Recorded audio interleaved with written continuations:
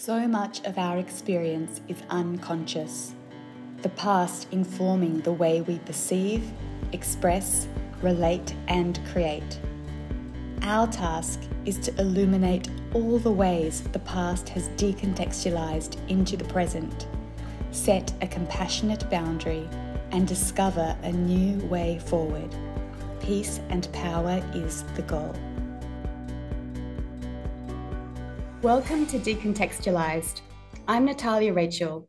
Today's episode is called Insert Non-Triggering Title Here. I hope that's not triggering. I'll be speaking with Dr. Elisa Glick. Elisa is a diversity, equity, and inclusion consultant and trainer, researcher, and award-winning educator. She recently retired from University of Missouri, where she was a tenured professor of English and Women's and Gender Studies.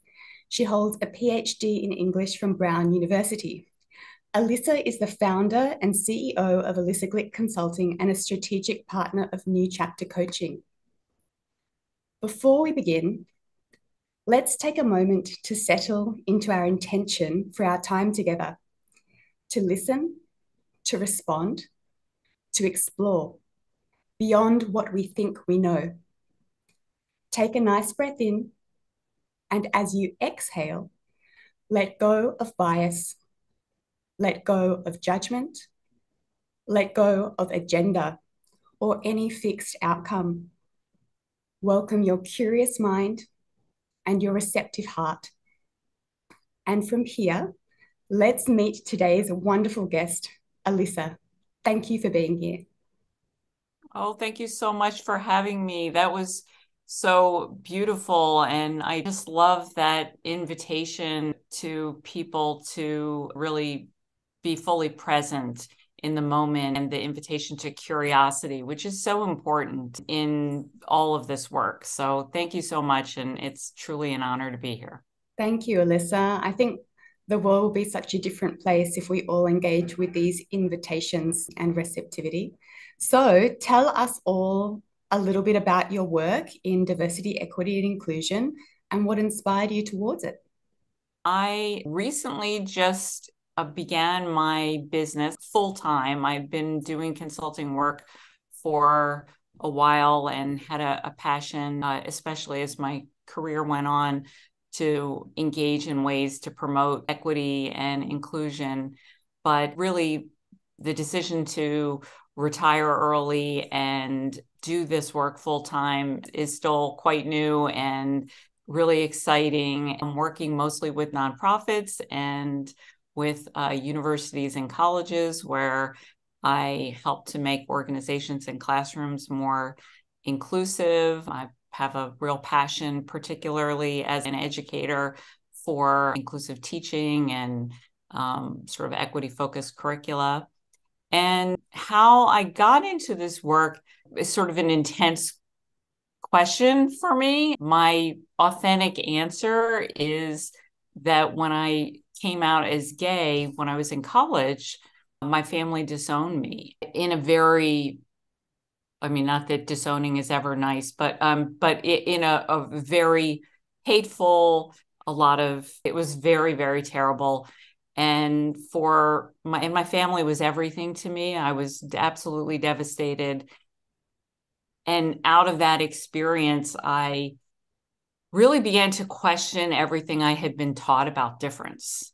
I came to realize that I grew up in an environment in which difference was seen as a problem and as threatening, rather than something that was enriching or should be celebrated. And so it was really out of that pain and trauma that I began to question a lot of my own assumptions, and ultimately decided the kind of person I wanted to be in the world was someone who had this very celebratory and inclusive attitude towards difference. Thank you for sharing. I love the word celebratory, and it really resonates to me, the notion of going through our own lived experiences of exclusion or persecution or rejection, can really inspire us to want to make the world a better place where that's not happening for others. I want to ask you more about your story, if that's okay. Sure. Yeah. But before we go further and deeper, I wanted to ask if there are any topics that are off limits for you. And I also want to make another invitation that as we explore and as you share, if there's anything that feels unsafe or triggering, for you to please let me know so that together we can really respect what's true and real and navigate together compassionately. And if it's okay with you, as we explore deeper and in a more textured way, I'll do the same. How's that sound? That sounds wonderful and perfectly in keeping with sort of the exchanges that we've had so far. I feel like all of our exchanges have been really authentic, and that's just something I appreciate about you and the opportunity for us both to learn and Oh, to co-create. thank you. So, am I taking that as there's no off limit topics at this Oh stage? yeah, there's nothing. Yes, yeah, Okay, nothing's off. awesome. Yeah. All right. So, you've gone through this very personal journey of, I guess, both pain and healing and learning and sharing. Can you tell everyone listening a bit more nuance about what happened to you, and I guess the core experiences that hurt you? What I would say is one of the big experiences was about the fact that religion was used as kind of a justification for the way that I was treated and how devastating and awful it was for me that other people were kind of taking the moral high ground, but literally sending me death threats. A core experience would be really didn't dig the death threats and feeling just really lost. My family was everything to me. It's a little hard for me to even talk about my story because there's no short, easy version. It's actually very complicated and messy. I went back into the closet because, I was 19. I was cut off financially I wanted to finish college, and I was confused and heartbroken, and I was a real failure as a heterosexual. I mean, just totally, but no one cared, which is so interesting too. Like they just cared that I wasn't actively being gay. So I went back into the closet, and then many, many years later, I couldn't take it anymore. And when I was in grad school, I came out a second time and I was disowned again all over. And that second time, I think it was close to 10 years my mother didn't talk to me. I mean, it was really awful. It's a really hard, messy kind of story, but I think it remains kind of the most traumatic thing that ever happened to me. And I'm a breast cancer survivor. I've been through a lot of health issues, but that really remains the hardest thing that I ever went through. And it also just taught me a lot about the kind of person that I wanted to be in the world. Thank you for sharing. Is it okay if I ask you some more questions? Would that feel safe for you about it? Sure.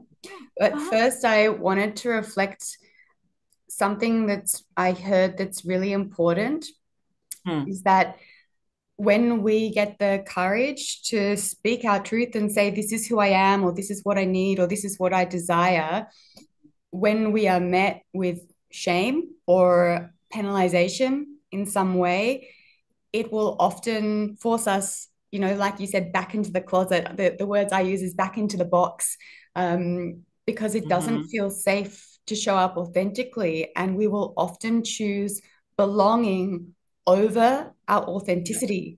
And it puts us, I think, in this existential conundrum because I believe we need both in order to sense well-being in the world. We need both Mm-hmm. belonging and authenticity. But the way we're primed as humans will often choose the belonging first until such a point where the lack of authenticity is almost killing us. And then we're forced to make this choice. And this is a theme that I see happening right now in the world is that many people are all of Mhm. a sudden realizing I need my authenticity over the kind of belonging that asks me to diminish or contort myself. Mhm. What do you Yeah, think? I love that. I think that's absolutely, on target in terms of my own experience and so elegantly put, as you always do, put things. And one thing that I'll say is that, I mean, there were many things that kind of caused me in the end years later to say, okay, I just can't do this anymore. But I think just knowing you, I think you'll be interested to hear that during the years when I went back in the closet, remember I said I've had different health problems during my life. So during those years, I had all kinds of mysterious illnesses, like that I went to specialists and nobody could diagnose. Was it Epstein-Barr? And, this is decades ago, of course, but I would get a cold, it would turn into pneumonia. I mean, I really, really struggled with my health to the point where I came out in college, right? When I went back into the closet, my family was convinced that going to a women's college had turned me into a lesbian. So I transferred to University of Penn, which was, close to home where I was supposed to meet a nice Jewish boy. But I dropped out of University of Penn because of getting sick so many times that I had family members who thought I would never graduate from college, which is something I used to tell a lot of my students who were struggling because it was an unimaginable thing for me for a while there. And ultimately I did, but it speaks to the toll that sacrificing your authenticity takes on you. Emotional suppression can make us very sick, physically, mentally, relationally. I really believe that. And that's one of the premises of the way I work as a therapist and educator. So thank you for sharing that. When you came out a second time and you claimed your authentic Mhm. expression in the world, did the symptoms disappear? Yeah, just just totally disappeared. And in fact, my spouse and I this summer we're celebrating our 30th anniversary. So we've been together a very long time. She was in my life the second time around. It was sort of the early part of our relationship. And I would get a cold and I would flip out and panic because I had this history of every time I had a minor kind of normal illness, it would turn into something catastrophic. And she always thought, why are you so upset? And then it took a while for her to finally say to me, you know what? That's not you anymore. It's just a cold. And in fact, it was true. Thank you for bringing this into the conversation. This is a really common theme when we have identified with illness, or I am a person who gets sick all the time, and it really becomes part of who we are. It's very hard to let go of it. So it's almost like our body and our being are remembering that when I get a physical symptom, it's going to be a catastrophe. And I am a sick person, and this is my reality. And I think there's this moment on our healing journey where we have to realize, or someone needs to reflect to us, like your partner did, that, hey, nothing bad's happening, and you have the capacity to heal and recover and thrive. And I think that conscious moment is life changing because we realize, oh, I don't need to be that person anymore. My environment's changed, my world's changed. And then to get to the place where you can have a cold or a stomach ache or whatever are those old symptoms and not spiral into that sort of medical anxiety is incredibly emancipating. Historically, I've never been someone to talk about the mind body connection and those kinds of things, but my lived experience is so clear in this way that it made it impossible for me to argue otherwise. I love that. So us woo-woo people aren't crazy, is what you're saying. Well, I never would have put it that way, but but it just in growing up, I was the identified patient in the family. So I was a sick kid. I had a lot of respiratory problems, asthma, I had scoliosis, so I had that sort of layer also. I know you do a lot of trigger work, and it seems like probably I would have benefited from that kind of thing when I was much younger. Thanks for sharing. Before my work now as an author and educator, I was a clinic director. And so Oh. our clinic actually served clients and patients that had these complex or syndromal symptoms that were non-diagnostic and weren't responding to mainstream intervention. So that's where I began in this journey of supporting others. So people would come to us, actually, people would fly to see me from all over the world that had these strange symptoms that were not shifting. And it would always be these very much deeper roots of trauma that were often incredibly relational that needed addressing. But back then, no one was talking about these things. Like you said, it's very out of context or character for you to even talk about this now or say it. And back then, when I was working in that space, even to get people to come to us or doctors to refer to us, we had to frame it very, very carefully. We couldn't say, oh, these symptoms that you're having, there's an emotional root, because people would be a bit like, well, piss off. It's not. Yeah, How could you say that my very physical experience is emotional or has to do with my mother or, whatever. right. But now the world is changing. And I think there are so many people that are going through these experiences where they're connecting the dots and realizing either the dynamics that I am living within now or that I was living within for a very long time have been creating these experiences of distress or dysfunction. So I think Mm-hmm. there's this readiness to heal collectively now more than ever. Mm-hmm. I want to change tracks a little. We've been talking a lot about Mm-hmm. personal journeys, and I would love to get into Yeah. understanding how all of this translates Mm-hmm. into your work in DEI. But first, I thought it would be really interesting to share with everyone listening about how we met, because it's a really interesting interaction and a beautiful example of the power of relating through, above, and beyond dissonance. So, can you talk a little bit about it? I'll do the best I can, and you should jump in and, tweak or add on as you see fit.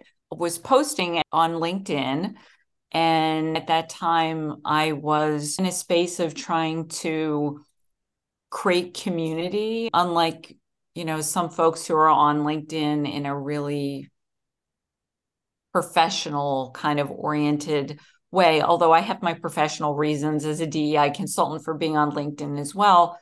But it was just really important for me to be sort of educating and creating opportunities for people to have authentic conversations around difficult issues. So from that perspective, had been sharing about the challenges of really getting people to be willing to share. In that capacity, you sort of popped up in a post of mine that had something like 60 comments. So it got a lot of exchange about it, but you had shared some really insightful things about which, I'll let you represent your own kind of comments there about the challenges of creating what many would call safe spaces. And we're having a conversation online about this. And in the midst of this, you use the phrase falling on deaf ears, I think, That was maybe. it. Was that right? Mm-hmm. And I responded to the totality of what you were saying and then said, P.S., in the future, please try to avoid using ableist language. And I'm really working on this too. And I really want everyone to feel safe on my page.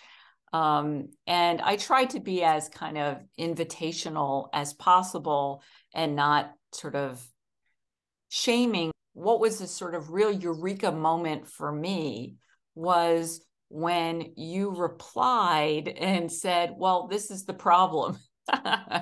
And it was probably one of the most powerful exchanges that I had on the platform last year, because you made me think about whether I was a part of the problem or a part of the solution, And so I did a lot of kind of introspection after that. Thanks for that. Yes, when I came across your post that was getting a lot of activity that was around creating safe space, I felt to reply. And often I don't, but I just had this instinct that there was something here that I should respond to. So I don't comment a lot on other people's posts, which is actually against the rules of trying to build a brand or build a community, but that's actually not why I'm on LinkedIn. So I only comment if I really feel I have something to add to the conversation that I hope will be heard. So I did. And my comment was around the dissonance between the idea of safe space and creating hypervigilance. And sometimes that when we say things, they're not able to be heard. And I use this phrase that you then respond to and said, please don't use this phrase. And my response, as you mentioned, was around if we continue to keep asking each other not to speak and to adjust ourselves, we're actually perpetuating the same thing that we're trying to stop. And so often our good intentions in this space to create safe space, create a hypervigilant space where everybody is tiptoeing around each other and afraid that we're going to trigger someone or continuing to ask other people not to trigger us. And to me, this is our trauma at play. And so my gentle reflection was around that, which then started this beautiful exchange between us because you reached out a while later to thank me. And the conversation continued. And from memory, there were a couple more moments of dissonance. And it was... Really? I think there were one or two. I don't remember that. Oh, maybe it's just on my end. Maybe it was just me feeling the dissonance. You never know. But I think the point is for us all to be able to create safe space, I don't believe is around purely telling each other not to use certain words or what you call ableist language, because again, it blocks authenticity. Right. And what is it like rather if we begin to communicate around those feelings of dissonance or trigger or whatever we want to label it, because then we move through experiences together rather than kind of become further apart and more worried to speak to each other and be authentic with each other. What do you think? So, I mean, do you have 5 hours? I mean, there's so much to unpack there, and I have a lot of thoughts. One of them being, let's also just be honest about what's going on for us individually, just as humans, when making a comment like the one that I originally did to you. Upon reflection, much later, I really thought to myself, well, was I actually getting caught up in virtue signaling, right? And rather than having a authentic kind of conversation with this person. And there's so much that goes on in sort of the DEI space and in aggressive circles that is this sort of performative, I'm one of, the good ones around the issues. And so there's that piece. I think that's important to remember, because where does the hypervigilance come from? Sure, I agree with you. To some extent, it may come from old trauma or it may come from current trauma, but there's also a lot going on kind of in the culture that is impacting the way that we're having these exchanges with people, because we're taught essentially, and for that this is the proper way to sort of signal your politics, So I mean, that was one of the reasons that I really appreciated the exchange with you. Now, having said all of that, I'll say that I don't fully agree with your position on this issue. I think that I feel like I learned a lot from you. And as I said in a previous post where you were, one of the people who really changed the way that I showed up every day on LinkedIn. And I really meant that from the bottom of my heart, because I think that you're sort of holding up a mirror and reflecting to me the impact of what I was doing. And, was I really, I mean, you didn't say it this way, but what it made me think of was I really living my values, which is something that's very important to me as a DEI person. But where I think maybe a slightly different perspective than you do is I think language really matters. I think it's very important. Language shapes how we think, therefore shapes who we are in very fundamental ways. And when we're talking about these issues, language has the potential to uplift people, or it has the potential to cause real pain and suffering. And so it's not just a kind of woke hypervigilance that I think people are responding from. There is so much in what you just said that now I'm like, well, now I need 5 hours as well to speak to you. Thank you for all of that.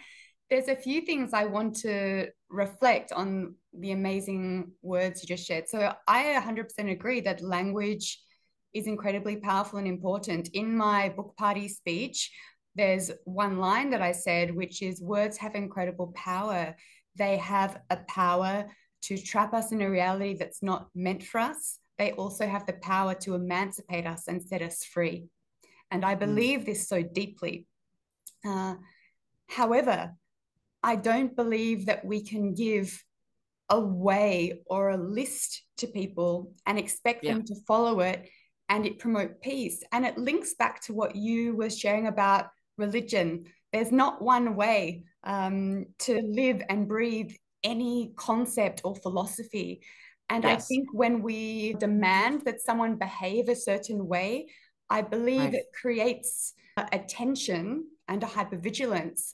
And I don't have an answer, but I just wonder, is there a different way to promote or inspire people to use their language with more care?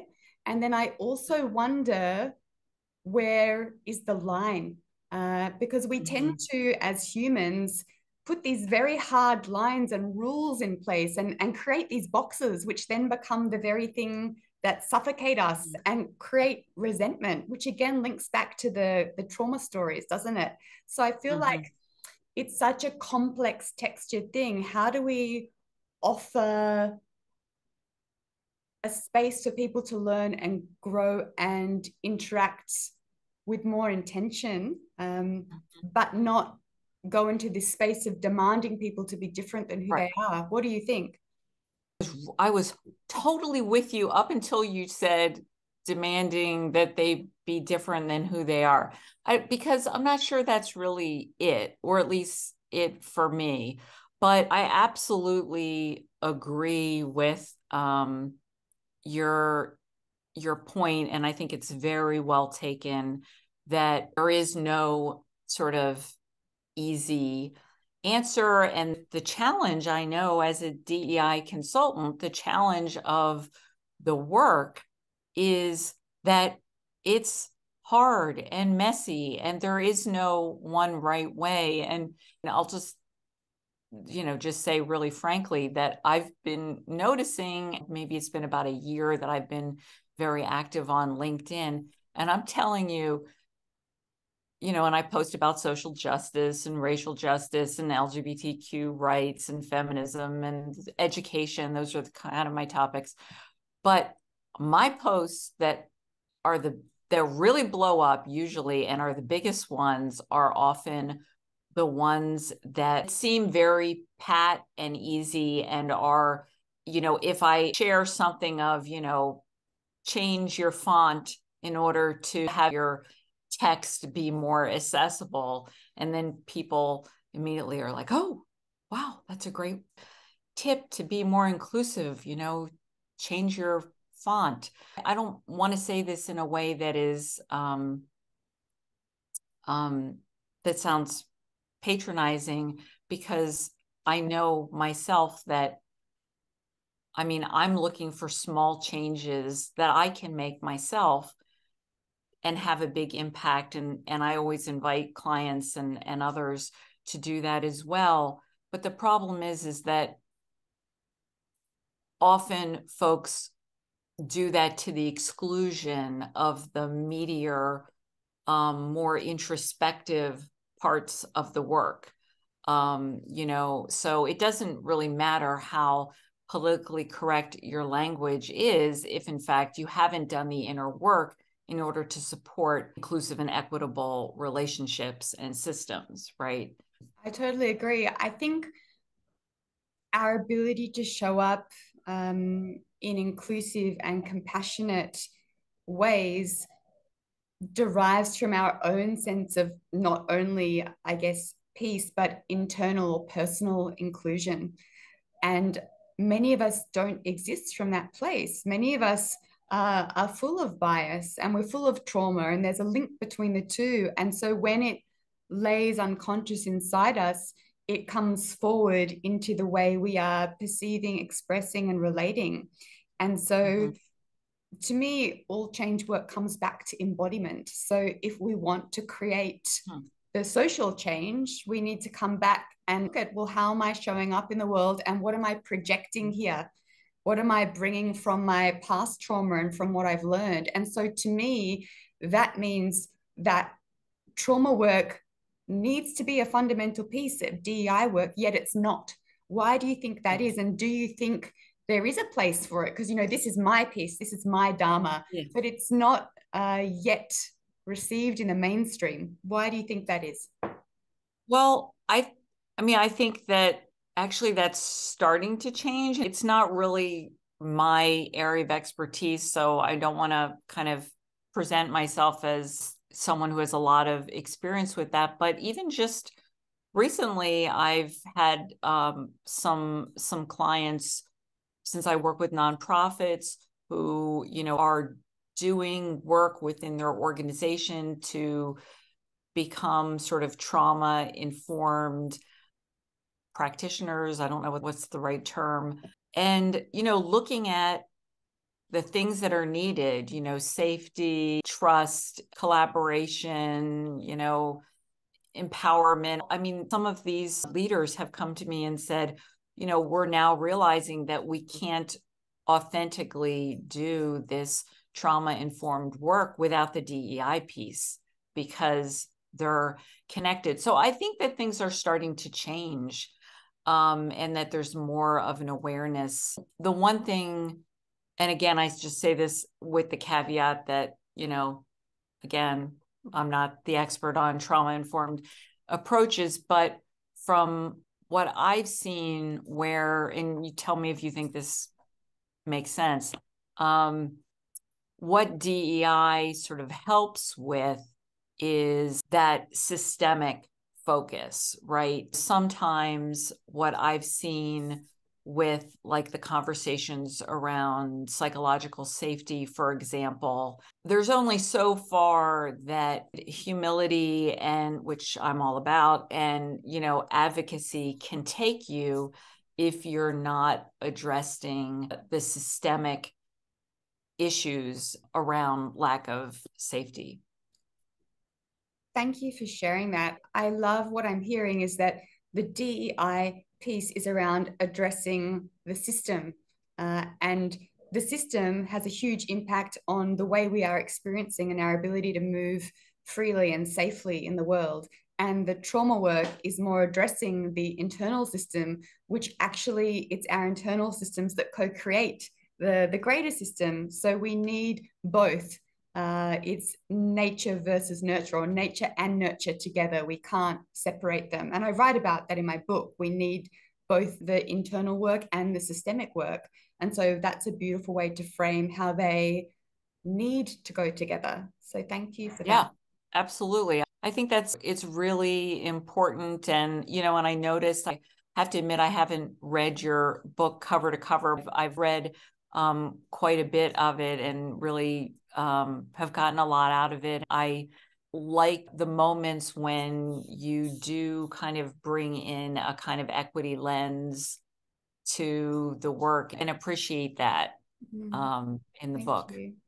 I think something that is at the core experience of most of us, whether we want to speak through the language of trauma or whether we want to speak through the language of DEI, is this longing to be seen, heard, and held. Yeah. What do you think? That would be my answer. If you were to ask, that actually was, yes, something that I was thinking about in advance of this conversation. The need to be seen, to be heard, and I think also to have our humanity recognized. For me, that's really important. And if I can just kind of circle back to our conversation about hypervigilance and language for a minute, that's one of the reasons why I think I have a somewhat different take on this, only because my perspective is it's easy if you're part of kind of the dominant group to kind of say, this is hypervigilance and, I'm having to walk on eggshells. But if you're minoritized and your very humanity is stripped from you, you're feeling pathologized. I'm thinking of trans folks, I'm thinking of Black and brown folks, I'm thinking of people with disabilities. It's not a small harm. And I know that your point is not to say that these harms are sort of small, but it becomes more challenging to not engage in an exchange with somebody when, especially if you feel personally that you've been not seen or heard. I think as individuals who are wanting to show up in the world in ways that heal rather than harm, there's a piece around finding the line of our awareness and capacity. So, our ability to show up as a healing force in the world will continue to shift and change depending on where we are in our journey and how much juice we've got in our tank at any given time. Mm-hmm. And I think something that regularly comes up in from groups in my leadership training is, gosh, now I feel this huge, heavy responsibility to just be this perfect, amazing healing force. And I don't think I can do it all right now. And I can realize all these ways that I've been triggering people. And oh my goodness. And my response is usually, hey, yes, we all have so much work to do, but we're going to take these small steps, like you mentioned before, and just Right. continue to learn and evolve and grow at a rate that lets us live within our capacity, because that's another big piece. We're all so burnt out and overwhelmed. And we need Yes. to also learn that we can't change the entire world in one moment or perhaps even one Mm-hmm. lifetime. And if we can Right. just come back to living and breathing and showing up in ways that are respectful and kind, and also to be able to look at ourselves when we engage in a way that perhaps isn't so kind and respectful, and to learn from it and continue to pivot and adjust. I think that's where we learn to be human and learn Yeah. to belong together. We're all trying to do this together. So I think it's Right. an evolutionary process, and we need a lot of compassion as we all navigate it. When I was reading the part in your book about the wounded healer, I was like, oh my God, am I a wounded healer? Did I get the term right? Yeah. I was like, oh my gosh. And I had never really thought of myself that way. It was really interesting to me to think about how the hypervigilance can come from that place, which I feel is like one of your really important insights. The other thing, I mentioned, to me, like humility is absolutely essential for DEI work. And part of the humility is about kind of recognizing that, you're not an expert at everything and that you have a lot to learn. And, I always say to people that, you don't have to be perfect, you have to be accountable. To me, that's the piece that's really needed.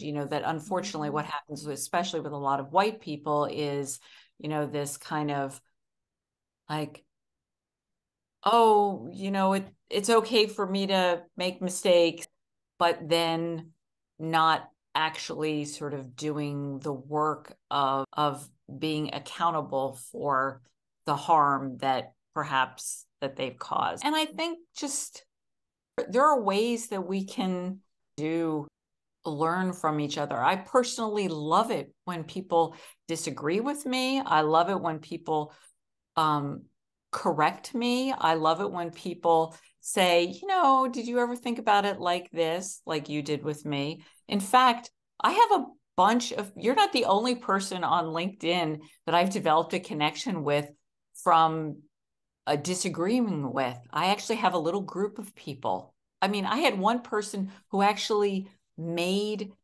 a video about me, like, because this person was so offended by a comment that I and somebody else made. And I ultimately consider it a great source of pride that I reached out and I cultivated a relationship with the person, and now we're friends. But it takes work, right? You have to be willing to really invest the time and energy and to care more about the connection and the relationship and about learning than you do about sort of your own ego, which goes back to the humility thing. Thank you. I think humility is so important, and to be able to look at ourselves on the journey. I want to speak to the little bit you mentioned about wounded healer. I think so many of us that come to social impact work, whether it's in DEI or working as a therapist or a coach or anything where we're wanting to support others, most of us have lived through our own experiences of pain, in whatever way and whatever story. And I think it is normal that we will bring that into the way we work. And there's this sometimes conscious, sometimes unconscious desire to make the world a better place. And sometimes that desire, when it remains unconscious, takes us away from it, unconsciously away from creating what we want, or taking us beyond our limits. And I think knowing that we can't save the whole world, nor can we change what happened to us, is really important. And I think there's a continued requirement to come back to that and to grieve, because there's a lot of pain and suffering and inequity and exclusion in the world. And while our heart and our being wishes to change it and remedy it, we can only do so much. We can only do what's within our capacity. And that's really sad. I nearly swore then. That's really effing sad. And I think, I just think coming back to that and grieving together, I often have these visions of us all sitting around a bonfire, an energetic bonfire, and literally burning away our grief and our anger. And I just think we need to do that. We need to commune, and we need to speak of this and speak of the inequality and speak of exclusion and speak of our desire for it to change, but then not move from it. To move from a very calm, regulated invitation to peace, an invitation to harmony. And I think that intention would change quite a bit. That was very lovely. What I'm about to say kind of move away from that beautiful vision that you just painted for us. As someone who has spent, 22 years, I mean, my whole career really in education and as a professor, and because of the work that I'm doing in DEI, I think there's another important piece that I want to mention for those listening, which is that it's not just about us, like, that we can't save everybody, we can't do everything. It's also about being mindful of people's capacity developmentally to learn and grow. As a teacher, for example, that, the beginning of the semester, students are at a certain place, and you may share a certain concept with them, but not go into the kind of depth that you will go into at the end of the semester, where you actually pull the rug out from that concept and complicate it and, shift their paradigm, right? But that we need to kind of respect that just as humans, this developmental kind of journey that we need to take. And so not only is it not compassionate, it just doesn't make sense to demand that individuals meet us where we want to meet them. We need to meet them where they are. One of the first rules of relational intelligence: meet people where they are. Beautiful. Thank you for adding this. I couldn't agree more. So this has been an amazing, textured, deep conversation. We need to finish in a little while because you've got to have your evening and I've got to hop into my day. But I wondered, to close, if there was one message you had for anybody listening, whether they are a practitioner or whether they are someone who has been on their own journey of feeling ostracized or excluded, what would it be?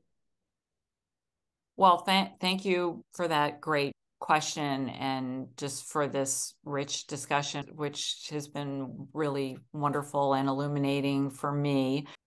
I'll say this to other folks who are interested, who are doing work in the DEI space, or people who are interested in moving into that direction, because I frequently get people who reach out to me and ask for advice.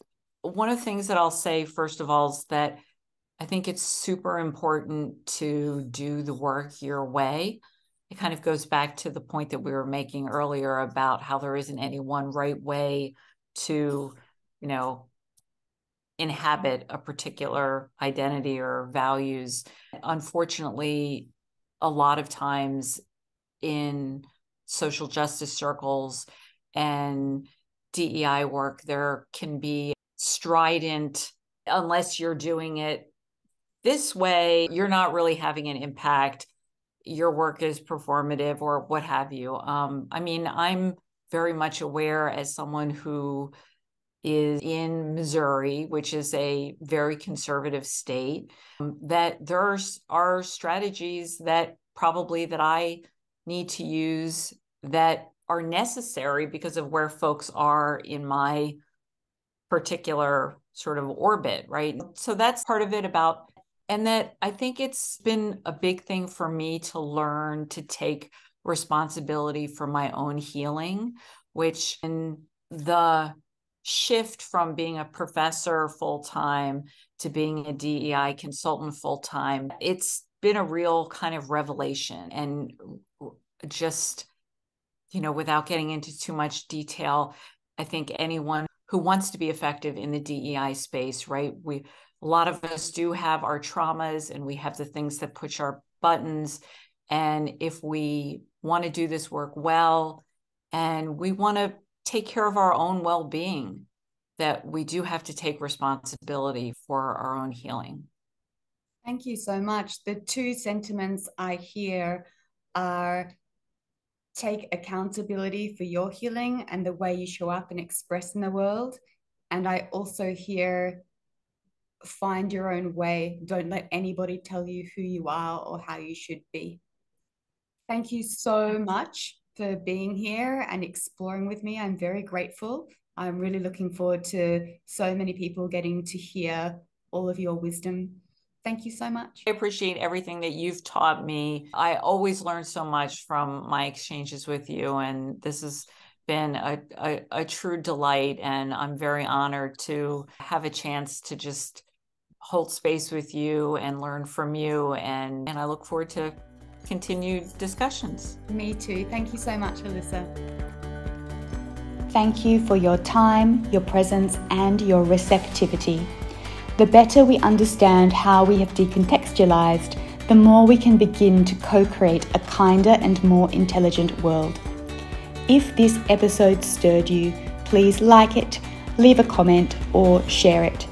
To learn more about my work, visit nataliarachel.com or connect with me via LinkedIn, Instagram, or YouTube. For now, leaving you with intentions for healing and collaborative, innovative regeneration.